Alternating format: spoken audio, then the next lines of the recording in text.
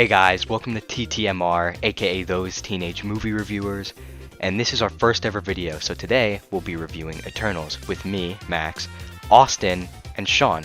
This channel will be all about us reviewing movies, explaining if they're good or bad, and giving our own thoughts on the film. The Eternals is a 2.5 hour long slog of a movie. They even brought in newly minted Academy Award winner Chloe Zhao, the director of the hit movie Nomadland. Eternals follows 10 characters, known as the Eternals: Ajax, Sersi, Ikaris, Kingo, Sprite, Phastos, Makkari, Durig, Gilgamesh, and Thena. They are a race of cosmic beings that were created by the Celestials, and they were made to have superhuman powers to protect the Earth and its inhabitants from the evil deviants.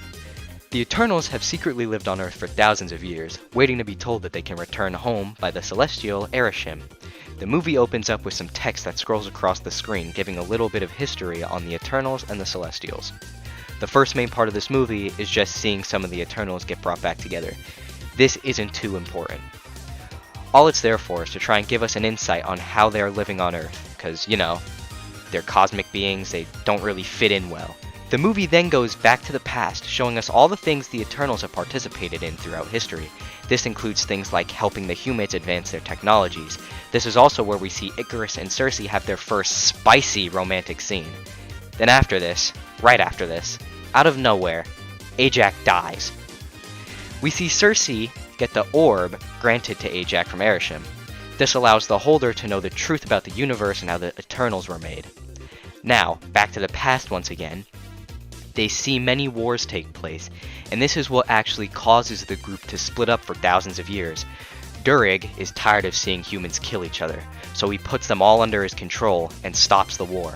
This is very against what they are told to do. They are only allowed to help, not interfere. This causes Ikaris to be enraged. He steps in until Ajax tells him to back away. Durig then tells Ajax, "If you want me to stop, you're gonna have to kill me." In this flashback, we also see that Thena has some mental disease that causes her to try and kill her friends. This causes Gilgamesh to go off with Thena and take care of her until thousands of years later, when all the Eternals group up again. We then flash back to the present, where we see Ikaris, Sersi, and Sprite go to find Gilgamesh, Thena, Kingo, and Druig. Throughout this chunk of the movie, we see them fight the Deviants while trying to get Druig. We see Thena have another meltdown. We see a good showing of Sersi's full powers. We also sadly see one of my favorite characters, Gilgamesh, die. And most importantly, we see Sersi find out the truth about who and what they, the Eternals, really are. We then see Ikaris and Sersi go find Phastos. We see him upset because he was the smart Eternal, who mainly helped with human advancement. This, unfortunately though, led to the making of the bomb used in Hiroshima. After a talk, he joins them. They all then go to their old ship, where they find Makkari sitting and just relaxing there. After this, we see the flashback to Ikaris killing Ajax. They then send Makkari to go find the spot where the new Celestial is being born. While this is happening, Ikaris is confronted by the rest of the group. They found out he killed Ajax, and when Makkari returns, Ikaris attacks the group, and Sprite joins him, sending a message of betrayal within the rest of the group, then flees when Thena shows up. The group comes up with a plan to put the Celestial to sleep, or they can use Sersi's new power to warp it and almost essentially freeze it.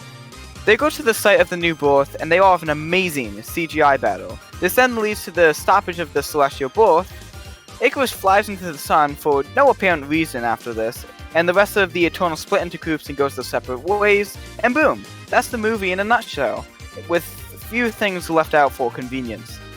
Now, I think it's time to share some of our personal opinions about the movie, including our likes and dislikes of the film.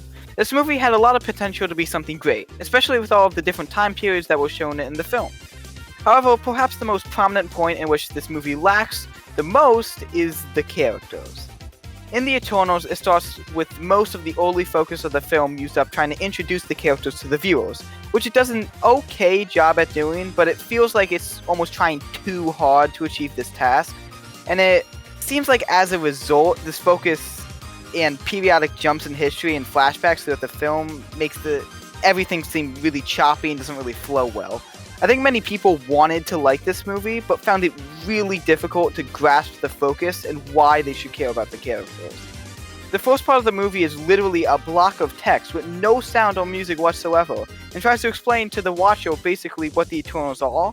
But this section basically summarizes what is wrong with this movie, since it ultimately seems like an introduction that really has a hard time to tell any actual story because of how it is paced. Something really important to keep in mind when considering why this movie may not appeal to a vast majority of people is that there are so many other positive MCU movies out there. Sure, not all of them are great movies, such as Thor: The Dark World, and even to some, Iron Man 3. However, I think that with these movies, they were still not completely mind-numbing because it arguably felt like there was still an important story to be told that would prominently affect the later movies of the MCU. For example, Thor: The Dark World, while still having a villain that was admittedly not the most of pretty much anything or memorable at all, at least the plot had an important part in the overall story of the MCU, since it introduced the viewers to the Reality Stone, which would come of importance in the later film Avengers: Infinity War. It's the same with Iron Man 3, since this movie was made in order to give a conclusion to the previous two movies, as well as to paint a picture of how Tony is after the Avengers movie that had taken place about a year before. Going back to the Eternals though, these team-up movies have definitely been done well before. The Avengers is probably one of the best examples of this fact. Following up on what Sean just said, my biggest gripe with this movie is the fact that you don't really feel a certain way about any of the characters in this movie. 10 main characters is a lot to follow. In a movie like The Avengers, there are 6 main characters: Tony, Bruce, Nat, Steve, Clint, and Thor. It's much easier to follow these 6 because we had their solo movies giving us an explanation about the characters and a lead up to the Avengers. This gives us more of a reason to feel emotion towards these characters. And in the Eternals, with so many of them, there's just not enough time to fully flesh out their characters. We have no time to feel something for them because the story is paced terribly. Cutting from past to present so often, it's easy to get lost in what's going on. While the movie may be bad in many aspects, there are a lot of redeeming qualities to it. For one, the CGI in this movie is very good. The deviants looked really cool throughout the entire movie. A second great showing of the CGI in this film is when we see Makkari running across a few continents to find the location of where the Celestial is being born. Another good quality in this movie is the action. The MCU almost never misses with their action scenes. Sure, some are better than others, but they're always fun and entertaining to watch. Since we were on the topic of Makkari, the CGI is really good and it's badass when she blitzed Ikaris. The music in this movie is phenomenal, especially in the scene with Ikaris and Makkari fighting. They give us this intense rock soundtrack in the back, showing and making us, the audience, realize that this is the remaining Eternals' last stand against Ikaris, and if it fails, they will not get a second chance. Another good quality in this movie is the way we are shown the Eternals' powers. There are some really cool little scenes showing the abilities of each Eternal. Another reason? The story. The story, in our opinion, is actually really good. It's just a shame that the pacing in this movie was so bad. There's too much going on with not enough time, and because of that, unfortunately, this movie fails. Although it is difficult to feel emotions toward the characters in the broad sense of the movie, it does not entirely mean that the viewer doesn't feel anything towards some specific scenes. To be fair, this movie does have actually some pretty well done and emotional scenes that definitely create the illusion of understanding the characters, which is something that is fascinating to see in this movie. The effects, the music, and the acting in these specific scenes really make the movie seem so much better than we had given it credit for, as discussed earlier, but we understand that our discussion before was talking about the broader sense of the movie, while this is more pointing out a few specific scenes. One example of these scenes is when Ikaris kills Ajax, since the movie uses this scene to not only make a flashback work, but also make the viewers care somewhat about the characters for once. Starting this scene, it seems that something is off with Ikaris' character as he moves towards the cliff, and this foreshadowing alluding to the death of Ajax by Ikaris' hands makes the scene so much better overall when the conclusion of the scene is met. This is most likely because of the fact that it has the viewer left in complete suspense, not knowing for sure what Ikaris' motives are, and not realizing it until it's too late. What is also accomplished here is it makes Ajax not look dumb or weak-minded when trusting Icarus in the scene, because not even the viewer is sure what's going to happen, or if Icarus is even planning to do something mischievous.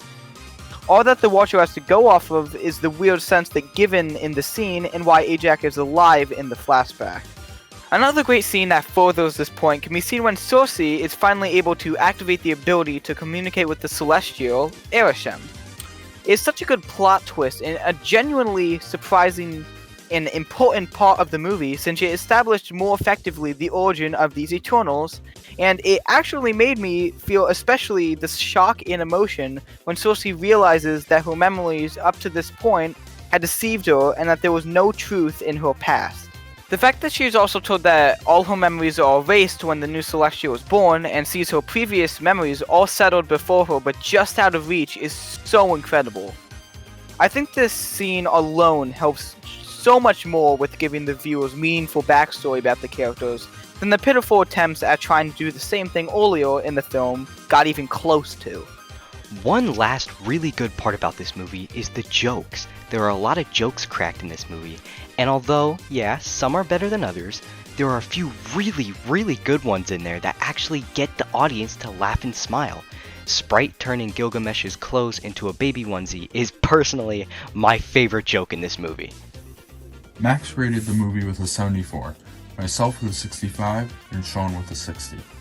Our total rating comes out to be a 66. Not horrible, but still failing nonetheless.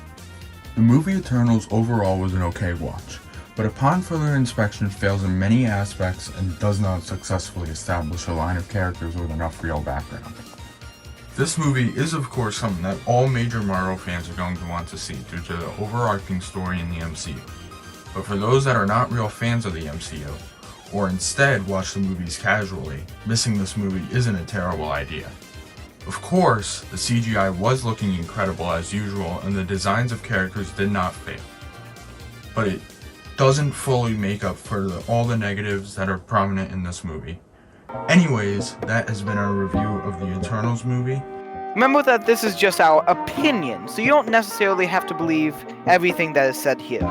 We hope you all have an amazing rest of your day, and if you enjoyed, make sure you like or subscribe to help us out so we can keep producing more content for you guys. Thank you guys so much for watching. Have a great day.